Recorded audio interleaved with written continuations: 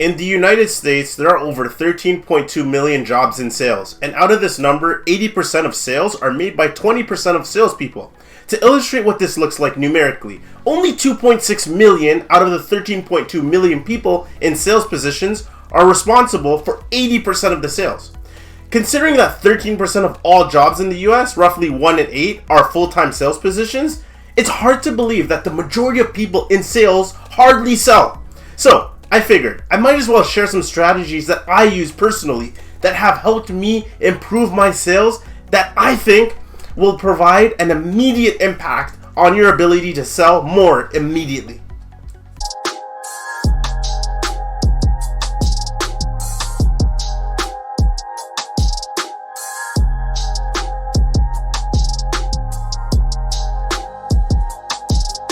For me, I always found prospecting to be the hardest part of the job, but I have found success in making prospecting something that I do consistently on every morning.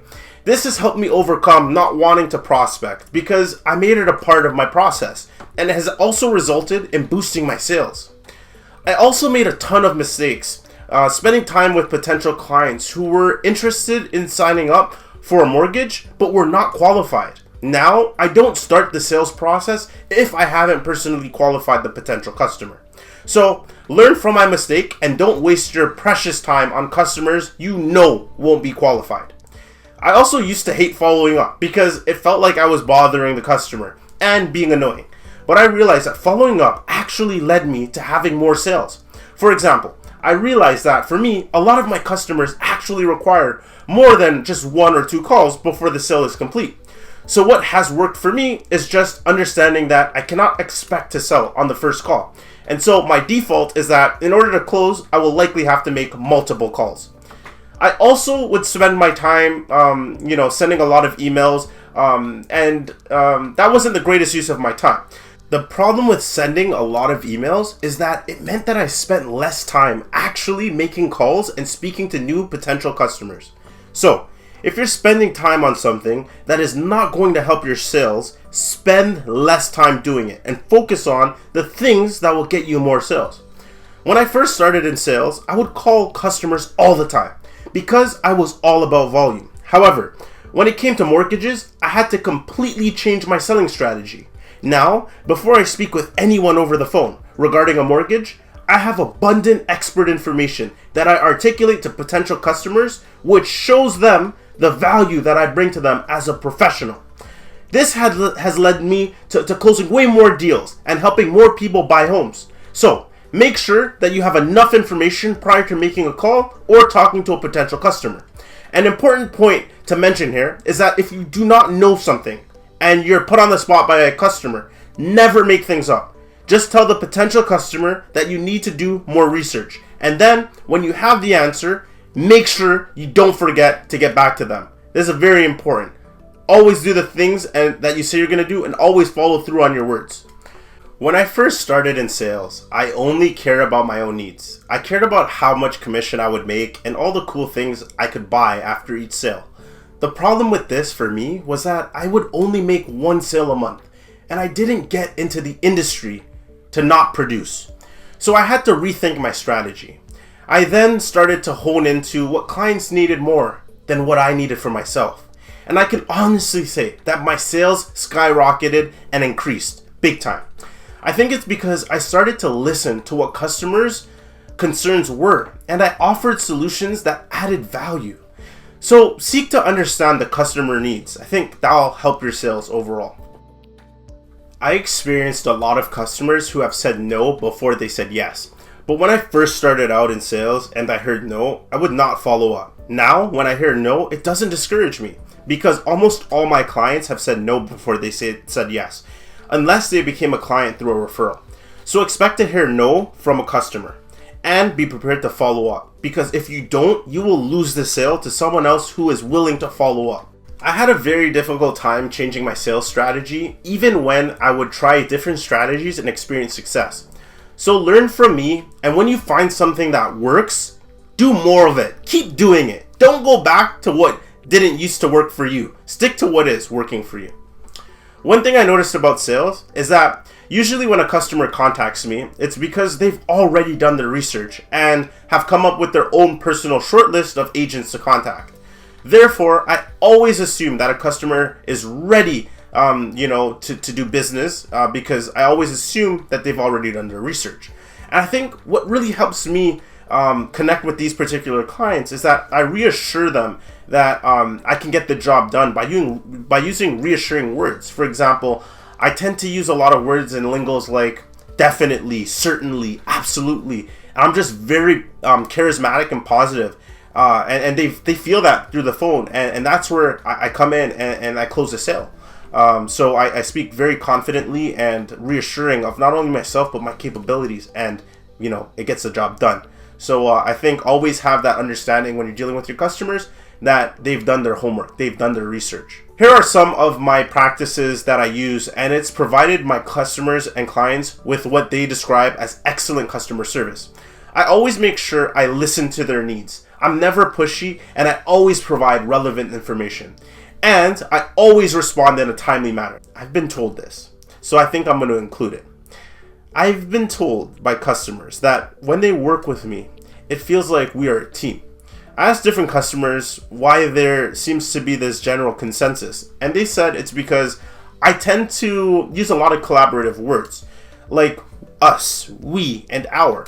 So try using more collaborative words like me, and this may help you improve your sales because it allows your customers to feel like you guys are truly working together as a team. Avoid non-collaborative words like I or me. I used to always try and ask customers to buy the most expensive items that I was selling so I can make a big commission.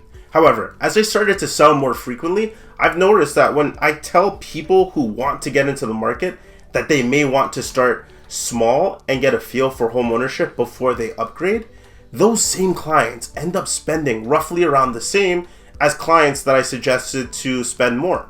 So, you don't always have to suggest that clients spend a lot of money, because when you don't, they do. I'm not saying this because I don't think looks are important. I do.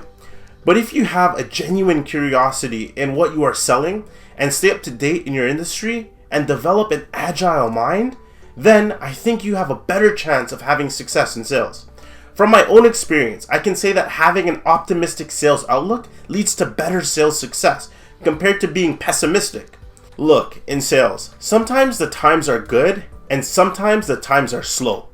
But if you can keep the right mindset, you will do well in good times and in slow times. People buy from those that they trust. That's why you want to sell in a manner that reflects your core values and highlights your integrity. Being trustworthy is good for business. Always ask about your buyer's goals and be clear on what they want and what their pain points are, because it will help you provide better value and lead to better sales success. I found that when I was just getting started in sales, I would ask the customers about their goals, but I wouldn't ask about the pain points. And that's when customers often exchanged items or returned them for a refund. I think this is because I failed to address the customer pain points. When I first got into sales, I would never ask clients for referrals because I thought sales was all about getting new customers. Referrals are good because they often enable you to get new clients who were likely to be more qualified than typical customers who are not referred. Now, I make it clear to clients that I work with that if they know anyone who would benefit from the services I offer, to give them my contact details. And when the referral client calls me, closing is a lot easier because they were referred to me by someone that they trust. So here's something that I do that I think can help you gain more referrals. I always make sure that I provide my clients with a positive experience and that I solve their problems and genuinely add value. Only once this is done do I ask for a referral, and at this point, my client is more likely to give it because of the positive experiences that they've had with me. When reaching out to new potential customers by email, I never stop at just one. I always think of creative ways to engage with the customer by creating engaging email subject lines that I send out every other day. I always presume under the assumption that the majority of people who get emails often get rid of them and erase them when they receive them. They don't really read them, and that's why I put high priority into what I think about including into the subject line. If you're also wondering what are some things I include in the subject line, I'll give you some examples. If I'm selling a product, I use words like new or sale. And if I'm selling services, then I include video. I try and I match the time I spend cold calling with the time I spend emailing potential customers. And I have always experienced more engagement through emails than over the phone. So don't forget to send emails to new customers in addition to cold calling. But like I said before, if one is getting you more results, then stick to that and abandon what is no longer working. Don't expect to get any sales unless you have the skills to succeed. Don't rush the process. If you don't have the skills you need to succeed, then do the necessary training and develop your skills. I know what you're thinking. You probably feel that you'll be missing out on the money while you develop your skills. Sure, that's true. You will not make money initially, but over time, in the long run, you'll be making way more money because you developed the necessary skills that you needed to be successful in your role. Productivity is not measured in terms of time. It's measured in terms of the impact and efficiency that you have with your role. After you have done the necessary training that you need for your sales job, stay on top of the market by watching the news, reading the newspaper, and reading books on leaders in your industry. This is very important because continuous training will lead to you having more sales. One of the most famous investors of our time, Warren Buffett, still reads for 6 hours per day on the market. An important point to remember is that poor people work and rich people think. When it comes to sales training, it's not like most jobs where you can do the training and then not need to continue it later down the line. With sales, if you stop training, in my own experience, it's very easy for you to lose the sales training within about 3 months. That's why about every 5 months I review all training materials so that way I stay up to date with any new process changes. Also, when you know what you're supposed to do, it speaks to your professionalism. So embrace training and training reviews because it helps you better serve your clients. At least that's what I found for myself. I have also been in situations where the companies I've worked for simply could not afford to cover the cost of training. In these situations, I would watch videos on how to improve specific aspects of my sales technique. I would also read books from industry leaders. Maybe this option can work for you as well. If you have to spend your own money to improve your sales skills, my belief is that it is always worth it. Because if the course you take is a good one, then you'll make more money from the course than the total cost of the course itself. I'm old school. When it comes to sales, I prefer to call prospects or meet them in person. However, the world has changed. Social media has to be included as part of your sales strategy, especially if you want to be a top performer in your industry. In the description box, I've included a link to Sales Impact Academy. They have courses that can help take your sales to a whole nother level. For example, they have a cold calling crash course, cold email prospecting course, cold calling masterclass, and light camera action prospecting with video course that I have used personally and that I think would be very helpful in helping you achieve success in sales immediately. The one thing I like most about Sales Impact Academy is that you get to learn from some of the best industry operators in the world. I thought social selling was easy, but it actually requires some time. You can't just make a few posts here and there. You must make consistent effort on a day-to-day basis to achieve success. I've spoken to CEOs and VPs, and one thing that they have always asked me is the name of my website. This goes to show that social media is an element they use to aid in purchasing decisions. And when more people can see your brand, especially on social media, it will make them more likely to spend with you, rather than if you were a company that had no online presence. In my opinion, having no online presence is simply bad for business. One thing that I've noticed is potential customers want to get an idea of what your services are like before they work with you. And I think this comes from the expectation that most people have, which is they want to see how the product works on the first call before they buy it. When you're offering services, you can't proceed in the same way you would if you were selling a product, because it's completely different. When it comes to financial coaching, I do not do free consultations because I provide immediate value to clients. And it sends the wrong message to clients that your time is not valuable, because if it were, you would be charging for it. When it comes to selling services, don't disclose your secrets unless you're getting paid. This is something that I find works for me, and I think it may be helpful for you to try as well. I also think it's worth mentioning that not every prospective client is going to be a good fit for what you sell or your services. For example, I've had clients in the past that were interested in working with me as a financial coach, but didn't really want to disclose what they did for a living. To stay true to my values, I refuse to work with those particular clients, because helping them enhance their financial performance and not knowing exactly what they did for a living just doesn't sit right with me. Because I feel that honesty is a critical part of the relationship between myself and potential clients. If honesty is not present, I will end the coaching relationship. So try having values that you will not compromise, because I feel like it will strengthen your brand rather than weaken it.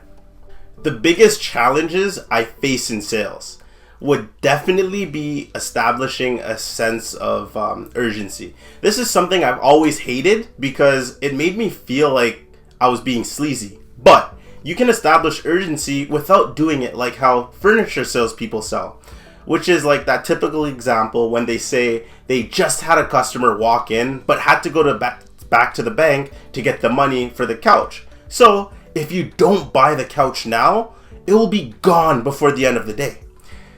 I establish urgency by making it a part of the sales process. For example, in selling services, I say what day works best for you to get started. End of this week Friday or early next week Monday. However, what I just did is present two options without a third choice. And this is what I use to help me establish the sense of urgency in a subtle way. It also helps me close the sale at the same time. From my experience, overcoming price objections is difficult to do, especially when you are new in a sales role. However, I try and read over common objections and listen to as much recorded cold calls to hear how objectives are handled in real situations. This has helped me improve my response to price objections, and I think it could also be helpful to you. When I first started selling, I wanted to sell to everyone. I learned over time that if you target the right audience, you will get more sales and add more value. So take it from me and think about targeting the right audience first before starting the selling process. I have had days where I wasn't motivated to sell, and I didn't sell. In order to increase your sales, you must stay motivated, because that can be the difference between success or failure. I know leaving voicemail is something most people don't do anymore, but I think voicemails are important in getting clients or prospects to engage with you if they missed your calls. For the majority of clients that I leave a voicemail for, the majority of them get back to me. I think it sends the right message that you really need to talk to them and get business done. I think not leaving a message says that your call was not important. If I do get a prospect on the phone, I never use words like discount or contract, ever, because I know buyers will always pay more for great customer service and experience. And what I always do is sell on value. I never sell on price. I also never say, did I catch you at a bad time? I usually say, how are you? And I sort of just talk about life for a few minutes, and then I get down to business. I also never tell prospects that I will show them how more than once, because I'm no one's teacher and I never want them to feel belittled in the conversation. And the last thing I do before I get off the phone is attempt to close the sale. I never come off the phone without first doing this. Hopefully, some of these strategies work for you too. I hope that some of my sales strategies helps you to improve your sales instantly. If you need help enhancing your financial performance when your revenue increases, then visit moneytimecoaching.com and book a one-on-one financial coaching session. I just want to say thanks so much for watching this video. I hope that I was able to provide a lot of value through my experience in sales for almost 20 years. Please like and subscribe to the channel, and definitely hit that notification bell. That's the best way to pay me back for helping you improve your sales immediately. I'll see you in my next video. Bye. Subscribe now.